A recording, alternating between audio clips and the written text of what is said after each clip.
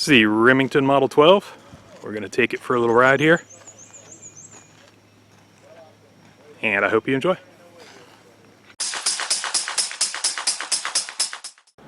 Ryan Ham here, and what you see before you is a Remington Model 12. Now this one has been around the block a few times and it does show some wear. In fact, it shows a lot of wear. It is good, honest wear as far as I know. The gun is still functional. If it is not, you may find out in this video. I am going to take it out and shoot it after I get done here, but I'm going to do the whole video first and I'll insert footage of me shooting the gun at a later time. This is the action. The action is closed on the top and on the bottom and on the side, which means of course that it's less likely that stuff will get in there. You can see the gun is unloaded. I've already unloaded it before the video. With the action closed, you can see very well that there's very little room for stuff to get into the gun. Dirt, grit, little pieces of twigs, rocks, anything that can gum up the action. It's very difficult to get in there, which was not the case with a lot of other slide action or pump action rifles that were made before it. I'll give you a whole overview of the gun. There's the butt plate. One screw down here. Remington UMC logo in the center. A screw on top. This is a crescent butt plate and it's steel and very well fitted to the wood. There's a few minor chips and stuff. This is not a split, the best I can tell. That is just a chip. And then another Remington UMC logo. UMC stands for Universal Metallic Cartridge. There's a serial number and RW.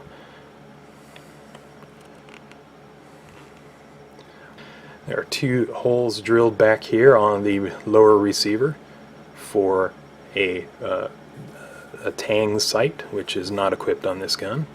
This is the primary sight. It's a very simple screw adjustable, drift adjustable sight. The Remington logo. Get that all in the correct orientation. This gun does fire 22 short, long, or long rifle cartridges. And as you will be able to see if you look up any of these patents, these are Pedersen patents.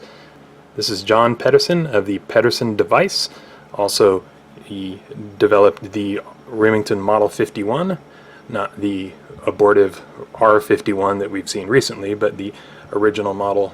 You also might recognize the Ithaca Model 37. That is a John Browning design, but John D. Pedersen, or J.D. Pedersen, he developed a lot of the tooling, and he has a lot of patents associated with that design.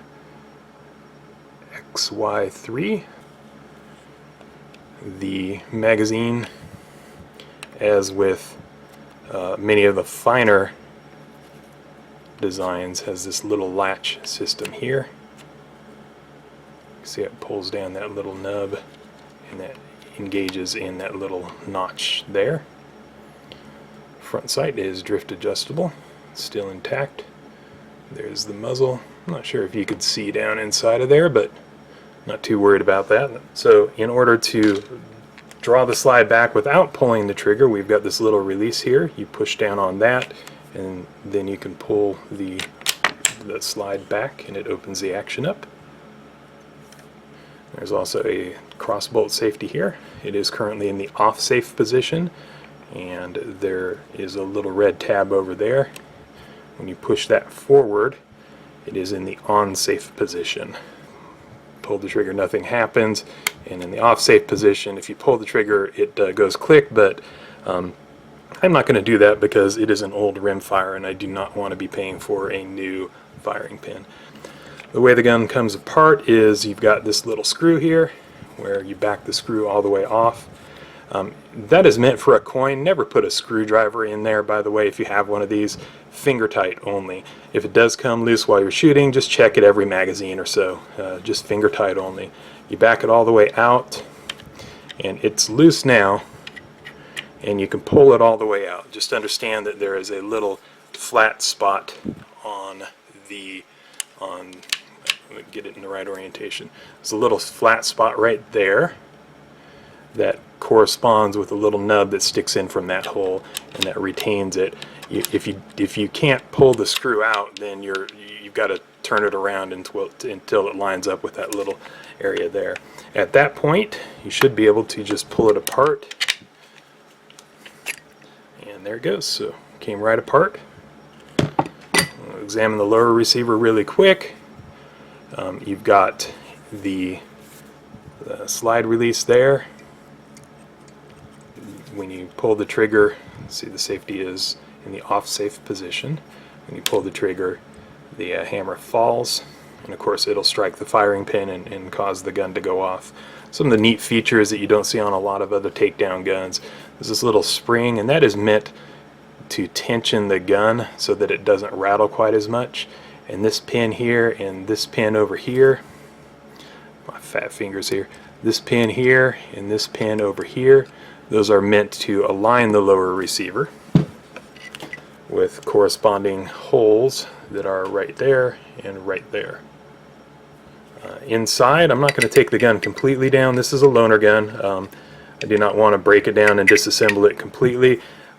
There are other videos that can show you how to do that, or you can just buy the instruction manual. They have reproductions out there, or you can ask Remington, and Remington should send you a photocopy if you give them your serial number. So, a very short forend. You can get one hand on it mostly. They corrected that in the later model, the Model 121. It is a longer forend, and it's got a lot more grooves. This one's kind of difficult to hold on to, and I can understand why they would have done that. There's a screw retaining the forend here and here. Those are often missing. You can be missing one and the gun will still be functional, but it's really best to have two, or it'll accelerate the wear on your gun. When you pull the magazine out, magazine tube or a magazine liner, it is brass, and that's what the follower looks like, and that pushes the 22 cartridges down towards the receiver. Fairly straightforward gun. It wasn't anything vastly revolutionary at the time, but it was an evolutionary step up from a gun that I'm going to show you here as soon as I get this one back together. So in order to get it back together, be real careful. I like to come in from the back as much as possible. You don't want to, get that out of the way. What you don't want to do is you don't want to just kind of smack it and jam it up there, or you ding up these edges. So there you go.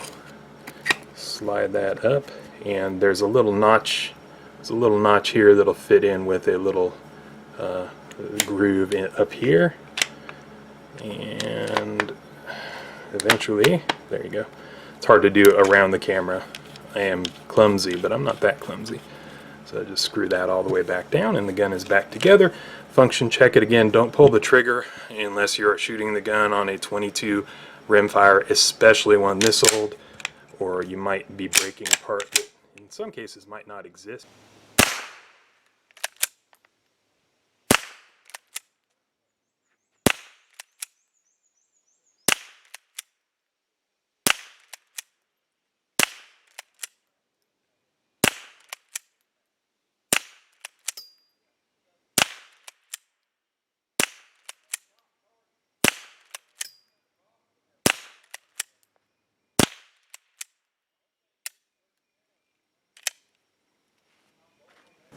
So let's pull out a couple of other pump action 22s and compare it. There's the Remington, and we'll compare that to the Winchester. This is the Winchester model 1890. It was also upgraded a couple of times. I think the 1906 was the latest model that was produced the most. Well, actually, if you've got a keen eye, this is not a Winchester. This is a Rossi reproduction of a Winchester. And remember the action I was telling you about. That was closed on the top and the bottom and everything like that. Well, this one has got all kinds of gaps in it. Worked great mechanically, and it was an excellent gun. Still to this day, it's an excellent gun. However, the problem with this is that if the action is open, it certainly leaves a lot of room for stuff to get in there. This is an FN trombone, and the trombone rifle was actually made after the automatic rifle that Browning designed. This was only marketed in Europe for most of its history. Only a few made it into the United States, and I happen to have one. The neat thing about this one is that when you open the bolt, it tilts to the side and locks in the ejection port. Nifty. This design was introduced in 1921, and it has the distinction of being one of the, if not the last, Browning designs that actually went into production. So we'll insert some shooting here, and then we'll wrap up.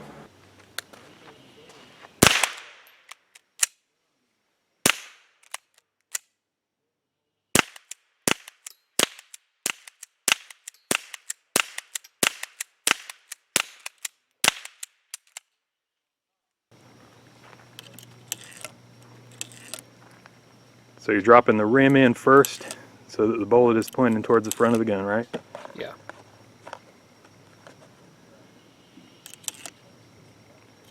It's your first time shooting a 22 pump action? Yes. First time shooting a long gun at all? No. Shot a bolt action before. A little 22. Okay. Is that it? Yeah. Alrighty, let's go shoot it. Whenever you're ready, you got to take the safety off, so you got to push it from the other side. There you go. That's alright. Leftists can shoot this gun too, just a little awkward.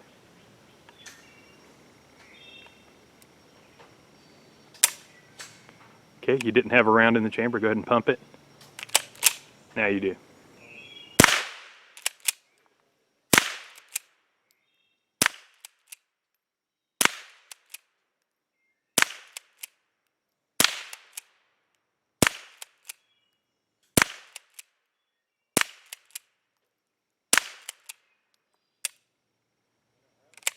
What'd you think?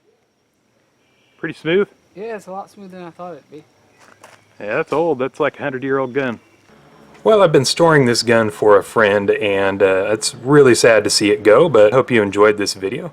If you enjoyed it, please feel free to like, favorite, subscribe, share, comment on the video, whatever you'd like. And maybe next time you're out there, I'll see you at the range.